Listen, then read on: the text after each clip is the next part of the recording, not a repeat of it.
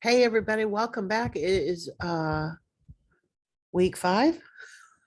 Had to think about that for a second.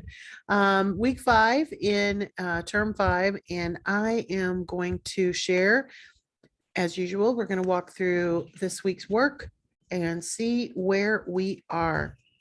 All right, so as I mentioned, it is unit 5. So let's take a look at the module. We've already been working on it, but we're going to get even further into the argument essay this week. So you're going to be looking at resources on how to construct an argument, write the introduction, all of those wonderful things. And then you're going to turn in 2 assignments as usual, the discussion board, which is about fact versus opinion, and the actual introduction that you will use for your argument essay. So a couple of notes.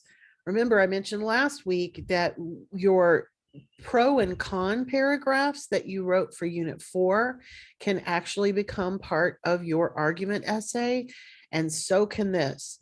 So at the end of this week, you should have potentially 3 of the paragraphs already written for your argument essay that is due in week 7.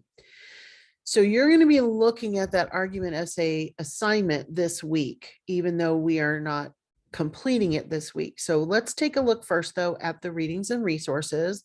And of course, part of that is learning about persuasive writing and fact and opinion, because you are going to be writing about fact versus opinion for your discussion board. And also, of course, we need to be able to distinguish between those 2 things when we include research for our argument essays.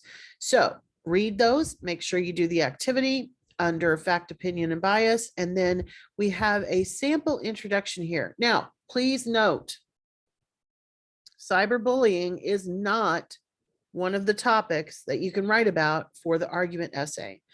We've been over those. We're going to go over them again in a minute, but we had those already last week. Cyberbullying is not one of them, but this is a sample introduction that you could use if you were writing about cyberbullying.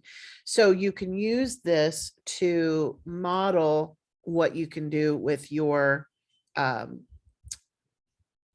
arguments introduction. Okay, so keep that in mind. It's not one of the topics. Fact versus opinion in the discussion board this week, you're going to be talking about these questions. What would you consider to be the biggest difference between a fact and an opinion?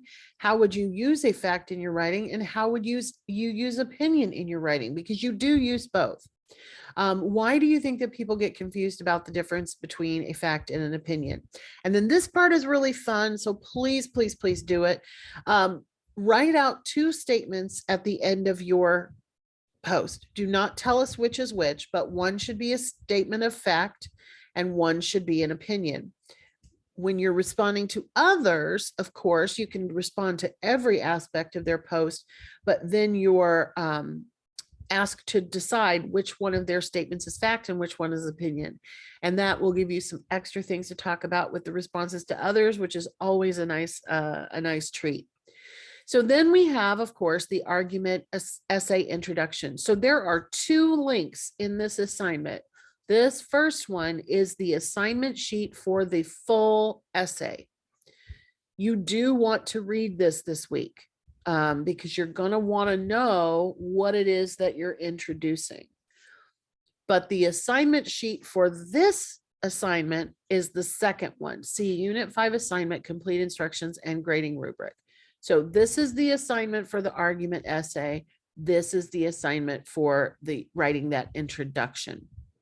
So let's take a look first at the argument essay. Remember, there are 3 topics to choose from. Should free speech be regulated on social media? Should health insurance be mandatory for all American citizens? And or should Americans be required to complete some form of national service? You have already chosen your topic because you did so in Unit 4's pro and con paragraph. So In the essay, you're going to have multiple paragraphs. You're going to have the introduction that you're writing this week. Then you're going to have body paragraphs that focus on your topic and your reasons for the argument on the side that you've chosen. It's also absolutely fine to include an argument about quote unquote the other side, which is why I would argue that you can actually use both your pro and con paragraph in the argument essay. Typically, I would write my introduction, then I would cover the other side, then I would go into my own thoughts. And we'll talk more about that structure when we get to the argument essay, but there you go. Notice that it says you need 3 reliable and academic sources. You should already have 2 because you found 2 when you were completing the Unit 4 assignment. So you really only have to do a little bit more research and you should have all the things that you need. And of course, all the normal stuff that's included in a writing assignment. But this assignment is much longer than your others because it is a full essay and not just 1 or 2 paragraphs. Okay. All right. So back to Unit 5, the essay assigned, or in this, the brain is not working. It's a Monday. Unit 5's assignment. So let's take a look at that sheet. Notice it still has the same 3, but with this assignment, you're only writing a single paragraph. It needs to begin with a sentence that hooks the reader and grabs the reader's attention. You need to have several sentences explaining the topics and then ending with the thesis statement or your main argument of your essay. That's where you will take your stand. Okay. So there you go.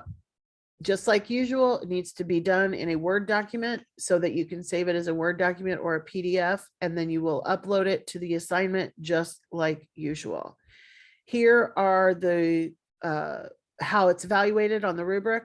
Does it have a hook, argument and thesis, supporting sentences? Is it long enough? Did you use APA format? And of course, grammar and punctuation. So take a look at that. If you have any questions about the assignment, please do not hesitate to reach out. I can help clarify those things for you, but that is what you are working on this week. So I hope everyone has a great week 5. And I will see you back here on next Monday. But in the meantime, please don't hesitate to reach out. Thanks, everybody.